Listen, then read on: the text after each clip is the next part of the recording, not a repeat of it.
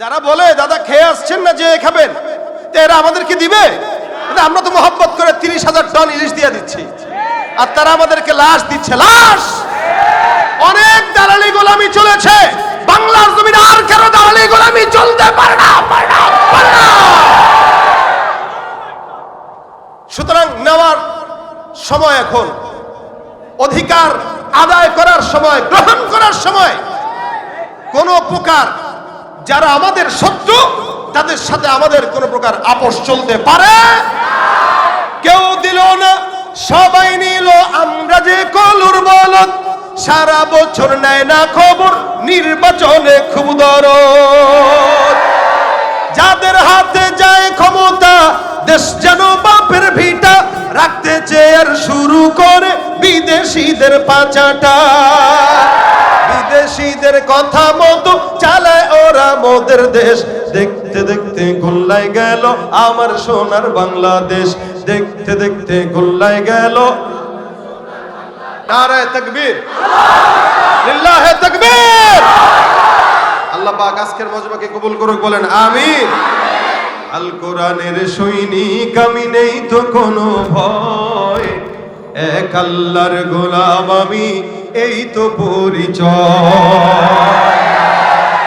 এই পৃথিবীর সবই নকল, এই পৃথিবীর সবই নকল, আসল কিছুই নয়, এক আল্লাহর গোলাম আমি, এই তো পরিচয় আমার, এই তো পরিচয়। ঠিক না?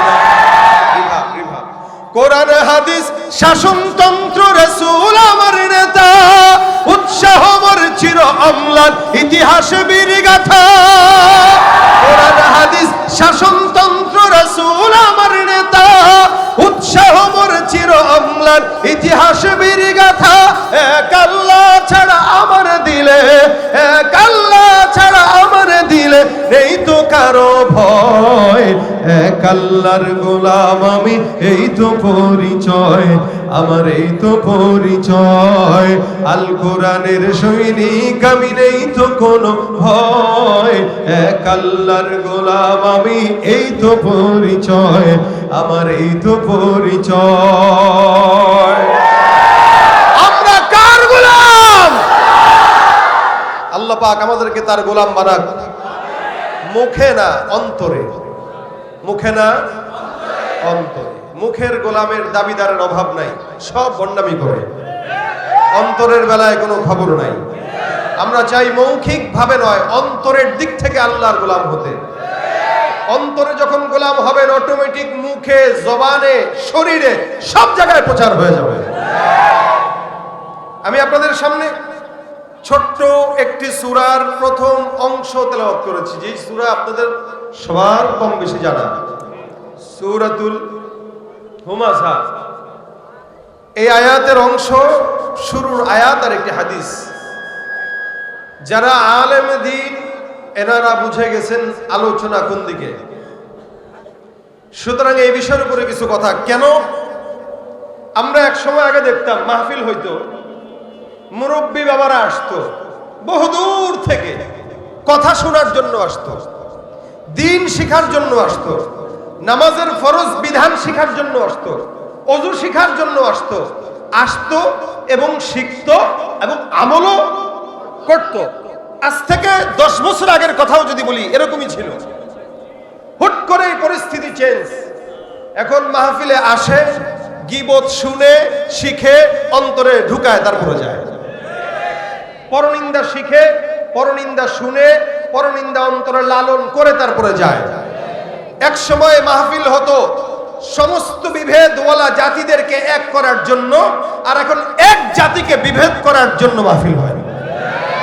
আমরা চাই মাহফিলগুলো যেন দিন শিখার মারকাজ হয়। এটা আপনাদের চাওয়া কিনা? এখানে আমি আমার বারাত আপনাদের কাছে প্রকাশ করার জন্য আসি নাই। আমি যে বড়, এটা প্রকাশ করার জন্য আসার কোনো সুযোগ নাই। কারণ দুনিয়াতে নবী রাসূল, সাহাবী, তাবেঈ, এরা ছাড়া প্রত্যেকটা বান্দা গুনাহগার। এদেরকে আল্লাহ পাক নিজ গুমে ক্ষমা করে দিয়েছেন। নবী রাসূলরা নিষ্পাপ না? সন্দেহ আছে কোনো? সাহাবীরা নিষ্পাপ না? সন্দেহ আছে কোনো? কে সন্দেহ আছে? হাত তুলেন। সাহাবীরা নিষ্পাপ না?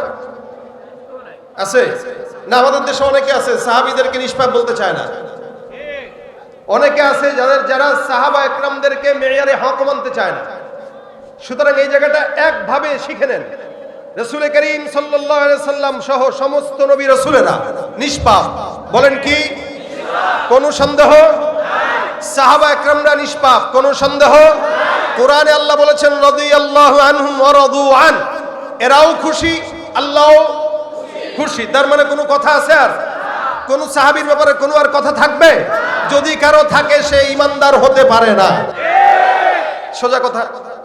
রাসূল করিম সাল্লাল্লাহু আলাইহি ওয়াসাল্লাম বলেন খায়রু উম্মতি করনি সুম্মা আল্লাযীনা ইয়ালুনহুম সুম্মা আল্লাযীনা ইয়ালুনহুম, সবচেয়ে ভালো জামানা আমার জামানা, এরপরেরটা। এই তিন জামানার কথা নবী করিম সাল্লাল্লাহু আলাইহি ওয়াসাল্লাম বলেছেন। আল্লাহ পাক রব্বুল আলামিনের হাবিবের স্পষ্ট বাণী। তার মানে সাহাবা একরামদের পরের জামানাই কাদের? তাবেঈদের। আর তাবেঈদের ব্যাপারে রাসূলের হাদিস আছে, যারা আমাকে দেখেছে রাআনি আও মান রাআনি, রাসূল বলেন যারা আমাকে দেখেছে অথবা আমাকে যারা দেখেছে তাদেরকে দেখেছে। রাসূলকে দেখেছেন কারা? সাহাবীদেরকে দেখেছেন কারা? তাবেঈ। রাসূল বলেন যারা আমাকে দেখেছে অথবা আমাকে দেখেছে তাদেরকে দেখেছে, অর্থাৎ সাহাবী এবং তাবেঈ, এদেরকে আল্লাহ মাফ করে জান্নাত দিয়ে দিয়েছে।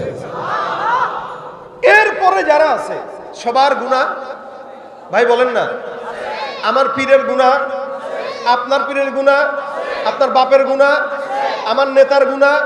নেতাদের কথা তো বাদই দিলাম, দেশে এখন আর নেতা নাই, আগে ছিল, এখন আর নেতা, এখন সবাই সমান। আমরাই নেতা, আমরাই জনগণ, আমরাই সরকার। একসময় যারা ছিল এদের হাল এখন নাই, এরা এখন দৌড়ের উপরে আছে। অলরেডি রাস্তাও তো নাই, দৌড়াবে কোথায়? সুতরাং সবার গুনাহ আছে। যারা নেতাদেরকে দৌড়ের উপরে রাখছে ওই নেতাদের যেরকম গুনাহ আছে, আর যারা পিছনে পিছনে দৌড়াইতেছে এদেরও গুনাহ আছে। আমি এখানে আপনাদের সামনে লেকচার মারতেছি, বড় বড়, আমারও গুনাহ আছে। আপনারা শুনতেছেন, আপনাদেরও। একটা মানুষ বলতে পারবে না যার কোনো গুনাহ নাই, সবার গুনাহ আছে। এবং কি আল্লাহ পাক রব্বুল আলামিন, আমি যদি আরেকটু যোগ করি, গুনার মধ্যেও পার্থক্য আছে। গুনাহ সগীরা, গুনাহ কবিরা আছে না? কবিরা গুনাহ, সগীরা গুনাহ, এ তারতম্য আছে। যদিও গুনাহ গুনাই, পায়খানাই একটু বেশি হোক কম হোক, বুড়ার হোক বাচ্চার হোক, ওটা তো নাপাকি, কি বলেন? আচ্ছা, কিন্তু এরপরেও পার্থক্য, বাচ্চার আর মুরব্বীর ভিতরে একটু পার্থক্য আছে। একটা বাচ্চা যদি সে পায়খানা করে, তাহলে এই বাচ্চার পায়খানার জন্য মানুষের এরকম একটা ঘৃণা সৃষ্টি হয় না, যেটা 50-60 বছরের মুরব্বী করলে হয়। তার মানে পার্থক্য আছে কিনা? গুনারও পার্থক্য আছে না নাই? কারো গুনাহ একটু কম, কারো গুনাহ একটু বেশি। এখন আসেন, কার কম কার বেশি এটা আল্লাহ পাক কোরআনে স্পষ্ট করেছেন। আজকে 2000 কত সাল? 24। বলেন তো 2024 সালের সময় আর 1024 সালের সময় এক, পার্থক্য আছে না? আচ্ছা, 2024 সালে আমাদের গুনাহ করার জন্য কি সিনেমা হলে যেতে হয়?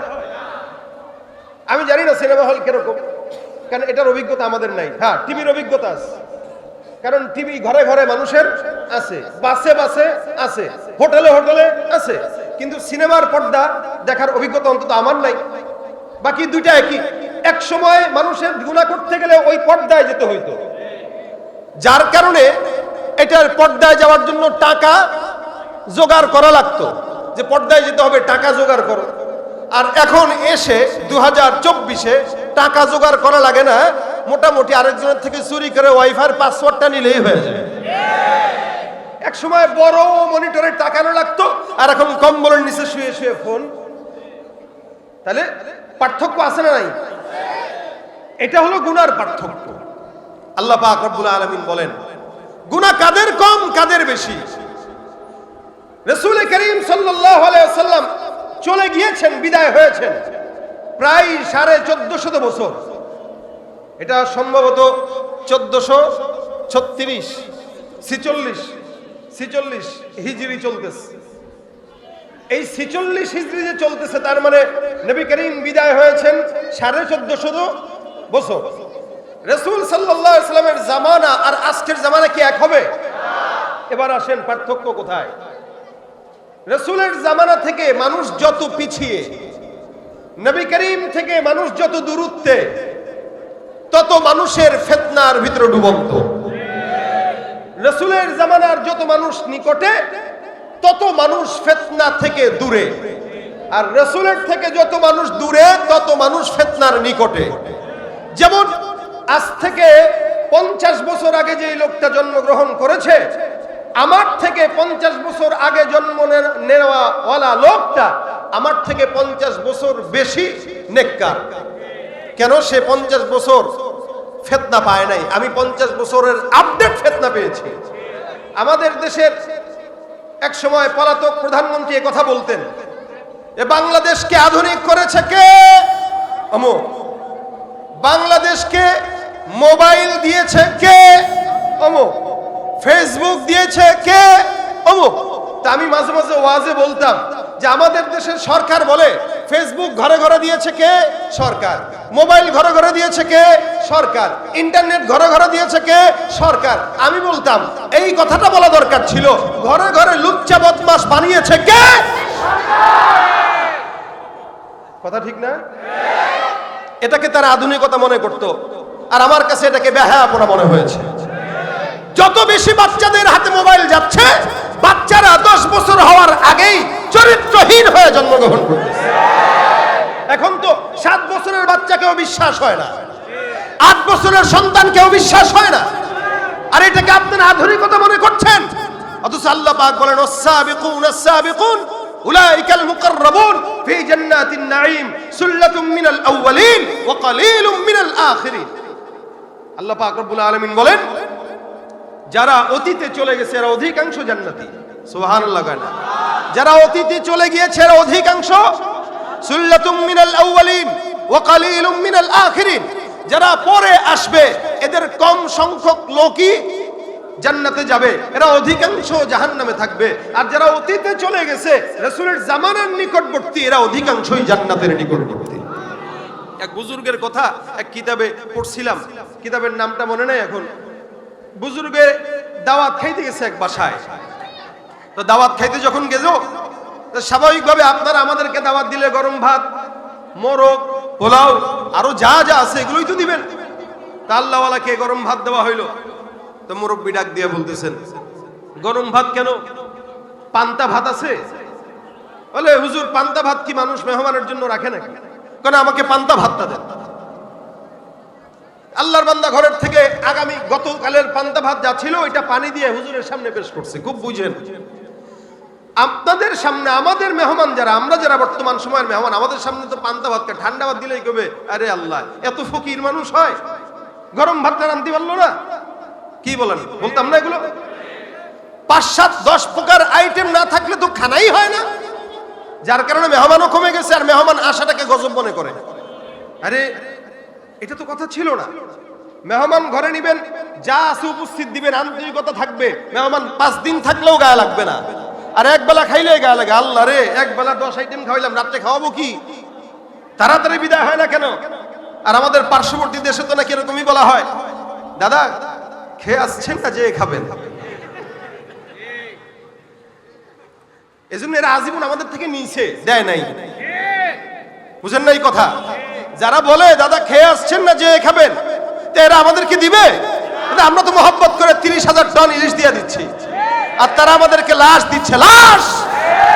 অনেক দালালি গোলামি চলেছে বাংলার জমিনে, আর কারো দালালি গোলামি চলতে পারে না। সুতরাং নেওয়ার সময় এখন, অধিকার আদায় করার সময়, গ্রহণ করার সময়। কোন প্রকার যারা আমাদের শত্রু তাদের সাথে আমাদের কোন প্রকার আপোষ চলতে পারে? কেউ দিল না, সবাই নিল, আমরা যে কলুর বলদ, সারা বছর নেয় না খবর, নির্বাচনে খুব দরদ। যাদের হাতে যায় ক্ষমতা, দেশ যেন বাপের ভিটা, রাখতে চেয়ার শুরু করে বিদেশিদের পাচাটা। বিদেশিদের কথা মতো চালায় ওরা মোদের দেশ, দেখতে দেখতে দেখতে গোল্লায় গেল আমার সোনার বাংলাদেশ, দেখতে দেখতে গোল্লায় গেল, একে একে শেষ করেছি সবার দেখা হইল শেষ, দেখতে দেখতে গোল্লায় গেল আমার সোনার বাংলাদেশ, দেখতে দেখতে গোল্লায় গেল আমার সোনার বাংলাদেশ। ঠিক কিনা? সুতরাং যারা খেয়ে আসছি নাকি যে খাবো এই কথা জিজ্ঞাসা করে, ওদেরকে 30,000 টন দিয়াও 30 কি বলে ওই হাফ পোয়া না আধা কেজির নিচে কিছু আসেনি, ওইটাও পাওয়ার সম্ভাবনা নাই। টন দিতে থাকেন, দিতে থাকেন। তো যেটা বলছি, হযরতকে দিছেন হইল গরম ভাত, হুজুর খুঁজেন কি পান্তা ভাত। ডাক দেয়া কয়, জিন্দগিতে কত মেহমান দেখলাম, কোন মেহমানকে কোনোদিন দেখি নাই পান্তা ভাত খোঁজার জন্য। আপনার সামনে আমার বিবি সুন্দর করে মহাব্বত করে গরম ভাত রান্না করে দিল, গরম ভাত খাবেন, মেহমানদারির কদর করে। নবী করিম সাল্লাল্লাহু আলাইহি ওয়াসাল্লামের সুন্নাহ। আল্লাহর নবী ডাক দেয়া বলেন, কেউ যদি নিজেকে ঈমানদার দাবি করে, এই ব্যক্তিটা যেন মেহমানকে খেদমত করে। ফালিয়ুকরিম দাইফাহু, মেহমানের কল্যাণ করা, মেহমানের খেদমত করা, মেহমানকে সুন্দর করে দেখা, এটা রাসূল করিম সাল্লাল্লাহু আলাইহি ওয়াসাল্লামের সুন্নাত। যার কারণে আপনার সামনে গরম খাবার দেওয়া হয়, আপনি গরম খাবার বাদ দিয়ে বাসি খাবার চান, কারণটা বুঝলাম না। আল্লাহওয়ালা বাসি খাবারটা গ্রহণ করার পর ডাক দেয়া বলে, এ ভাই আমার, আমি বাসি খাবার তালাশ করার পিছনে কারণ আল্লাহ পাক রব্বুল আলামিন কোরআন শরীফে বলেছেন, যেটা অতীতে চলে গেছে ওটাই বেশি নেককার। যার কারণে আজকের গরম ভাতের চাইতে আমার নিকট গতকালের পান্তা ভাতটাই বেশি নেককার। আর মানুষের পেটের মধ্যে যখন হালাল খাবার যায়, নেক খাবার যায়, ওই বান্দার ইবাদত আর আমলের মধ্যে আল্লাহ পাক তারাক্কি আর মজা দান করে। আপনার কাছে গরমটা মজা হইতে পারে, অনেক বুজুর্গদের কাছে পিছনেরটাই মজা। আপনারা এখন দেখবেন অনেক মুরব্বীরা বলে, বাবারে যায় দিন ভালো আসে দিন, আগের দিনই ভালো ছিল, আগের সমাজে ভালো ছিল, আগের দিনই ভালো ছিল। মোবাইল যখন ছিল না ওটাই ভালো ছিল। ওই গাছের চিপা যায়, হ্যালো ওই কেটে গেল, ছিল না এক সময়। আর এখন কম্বলের নিচে লিফটের ভিতরে নেটওয়ার্ক থাকে। যত আধুনিকতা তত নোংরামি। এজন্য আধুনিকতা পেয়ে খুশি হয়েন না। এই সমাজ আধুনিক হতে হতে যখন শেষ পর্যায়ে যাবে, কিয়ামত বুঝবেন ঘনায় গেছে। অলরেডি আধুনিকতার শেষ পর্যায়ে চলে আসছি আমরা। যার কারণে এমন কোন গুনাহ নাই যেই গুনাহটা বান্দা করে না। শুধু করে বলে গুনাহকে নেক মনে করে করে, গুনাহকে ঈমানের দাবি মনে করে করে। এখানে অনেক মানুষ আছেন, আমিও গুনাহগার, আপনারাও গুনাহগার, কিন্তু দিনদারের গুনাহ একরকম, বদকারের গুনাহ একরকম। বদকাররা মদ খায়, বদকাররা জেনা করে, বদকাররা নাচ গান করে, বদকাররা বিভিন্ন সুদ ঘুষ মানুষের জায়গা দখল এই গুনাহ করে। আর নেককাররা নামাজও পড়ে, রোজাও রাখে, হজও করে, যাকাতও দেয়, সব করে, কিন্তু একটা গুনাহ করে যেটাকে গুনাহও মনে করে না, ওইটাকেও নামাজের মতো সব মনে করে করে। সেটা হলো গীবত। কথা বুঝেন নাই? সেটা কি? নামাজ শেষ করে বসে বসে গীবত করছে, দাওয়াতের মঞ্চে ময়দানে বসে বসে গীবত করছে, গীবত গাচ্ছে আর বলতেছে ঈমানের দাবি। একজন আরেকজনের গীবত শিকায়াত করতেছে আর বলতেছে কি এটা ঈমানের দাবি। কিন্তু এটা যে গীবত, এটা যে অপবাদ, এটার জেহেন, এটার ব্রেন তার ভিতরে নাই, বুঝো নাই। এজন্য ঈমানদারদের গুনাহ এটা মারাত্মক গুনাহ। ঈমানদাররা গুনাহ করে, এটাকে গুনাহ মনে করে না, নেকি মনে করে করে। এই জন্য আল্লাহ পাক রব্বুল আলামিন বলেন, ওয়াইলুল লিকুল্লি হুমাযাতিল লুমাযা। হুমাযা আর লুমাযা, হুমাযা আর লুমাযা, এই শব্দ শুনতেছেন তো? বলেন দুইটা শব্দ এখানে, একটা কি আরেকটা কি? হুমাযা বলা হয় সামনাসামনি যারা নিন্দা করে। হ্যাঁ তোরে চিনি, ও আগে না তুমি আওয়ামী লীগ করতা, এখন দল চেঞ্জ করে বিএনপি না? চিনছি, বুঝছি, মানে কইলাম আর। আমাদের দেশে অনেকে আছে আগে ওইটা করছে, এখন ভিন্ন। তো সুতরাং মানে আমার কথা হইলো এইটা, মানে নিন্দা করা, পরনিন্দা। অর্থাৎ অনেক মানুষ এখানে আছেন যারা আগে গুনাহ করেছেন, আমিও করেছি, আপনারাও করেছেন, কিন্তু আজীবন গুনার উপরে তো কেউ থাকবে না। তওবা তো একটা মুমিন হিসেবে করা উচিত আমাদের। তওবা করার পরে এই লোকটাকে কি করা, ও তোমারে তো চিনি, তুমি তো আমার সাথেই বসে বসে গাঁজা টানতা, তুমি তো আমার সাথেই বসে বসে ওই যে সিনেমা হলে ছবি দেখছো কত, আর এখন তুমি দরবেশি করো। হুমাজা, স্পষ্ট প্রকাশ্যে কাউকে পরনিন্দা করা, এটা হুমাজা। আর তার অগোচরে তার ব্যাপারে সমাজের ভিতরে বিভ্রান্ত ছড়ানো বা পরনিন্দা করা, গীবত করা, অনেক মুফাসসিরিন ইকরামের মতে এটা হলো হুমাজা। আল্লাহ পাক বলেন যারা নিন্দা করে, পরনিন্দা করে, গীবত করে, শিকায়েত করে, এদের ধ্বংস হোক, নাউযুবিল্লাহি মিন যালিক, এদের ধ্বংস হোক। কারণ এদের জবানের হুঁশ না থাকার কারণে জবান দিয়ে উল্টাপাল্টা কথা বলে। এই কারণে আল্লাহ বলেন قد أفلح المؤمنون الذين هم في صلاتهم خاشعون الذين هم عن اللغو معرضون। নবী করিম সাল্লাল্লাহু আলাইহি ওয়াসাল্লামের উপরে একভাবে 10 আয়াত নাজিল হয়েছে। এই 10 আয়াতের ভিতরে 3 নম্বর আয়াতে বলেন, আল্লাহ পাক বলেন যারা নিজেরা নিজেদেরকে সফল কাম, মুমিনরা যারা সফল, এরা কেন সফল? ওরা যারা নিজেদের জবানকে হেফাজত করে অনর্থক গীবত, শিকায়েত, পরনিন্দা, গালিগালাজ থেকে, এরা হলো মুমিন। আজকে সমাজে যারা জবানের হেফাজত নাই, যার ফেসবুকে লেখার হেফাজত নাই, যার জবানের কোনো ঠিক নাই, যে পরনিন্দা করে, গীবত করে, হাজার মানুষের সামনে মাইকে খারাপ খারাপ কথা বলে, এরা যত বড়ই হোক, এরা যত বুজুর্গই দাবি করুক, এরা কোনোদিন মুমিন আসল হতে পারে। কেন? আল্লাহ পাক বলেছেন আল্লাযীনা হুম আনিল লাগওয়ি মু'রিদুন। একজন ইমানদার যিনি, তার জবানের হেফাজত থাকবে। আরে নবী করিম সাল্লাল্লাহু আলাইহি ওয়াসাল্লামকে এক সাহাবী এসে ডাক দিয়ে বলতেছেন, হুজুর আমি মুক্তি পেতে চাই, জান্নাত সহজে পেতে চাই, কি করব বলেন, একটা আমল দেন। রাসূল বলেন আমলিক আলাইকা লিসানাক, আমলিক আলাইকা লিসানাক, তুই তোর জবানের হেফাজত কর, জান্নাত সহজ হয়ে যাবে। আচ্ছা বলেন আমাদের জবানের হেফাজত আছে? আপনাদের কথা বলবো কি, আলেমদেরই তো নাই। এই স্টেজে উঠা বাস হক কথার নাম দিয়ে একজন আরেকজনের গীবত বলতেছে, কিছু ভক্ত মুরিদান তৈরি হচ্ছে, এরাও সহ আবার তাদের বিরুদ্ধে লাগতেছে। তাহলে যদি এই হালত হয়, তার সমাজ যাবে কোথায়? এই কারণে দিলের দরদ থেকে বলতেছি ভাই, আল্লাহ স্পষ্ট বলেছেন ওয়াইলুল লিকুল্লি হুমাযাতিল লুমাযা, যারা এগুলো করে বেড়ায় এদের দুনিয়াও ধ্বংস, আখিরাতও ধ্বংস। সাহাবা ইকরাম রাদিয়াল্লাহু আনহুম কেমন ভাবে সতর্ক থাকতেন। আমাদের সমাজে গীবতটা পানি ভাতের মতো একটা আমল হয়ে গেছে, যার কারণে মসজিদের মেম্বারে বসেও গীবত হয়, মাহফিলের প্যান্ডেলেও বসে গীবত হয়, রাজনীতিবিদ রাজনীতির মঞ্চেও গীবত করে, ব্যবসায়ী এক দোকান আরেক দোকানের গীবত করে, বেটা আমার মাল থেকে কিন, এটা তো 2 নাম্বার, নিজেরটাও 2 নাম্বার, এটাকে ঢাকতে যায় 1 নাম্বার, মানুষের মালটাকে 2 নাম্বার বলে, এই টাইপের লোক আছে। সমাজের সব জায়গায় বান্দার জবানের হেফাজত নাই। নবী বলেন মুক্তি যদি পেতে চাও, অবশ্যই অবশ্যই বান্দা তুমি তোমার জবানের হেফাজত করো।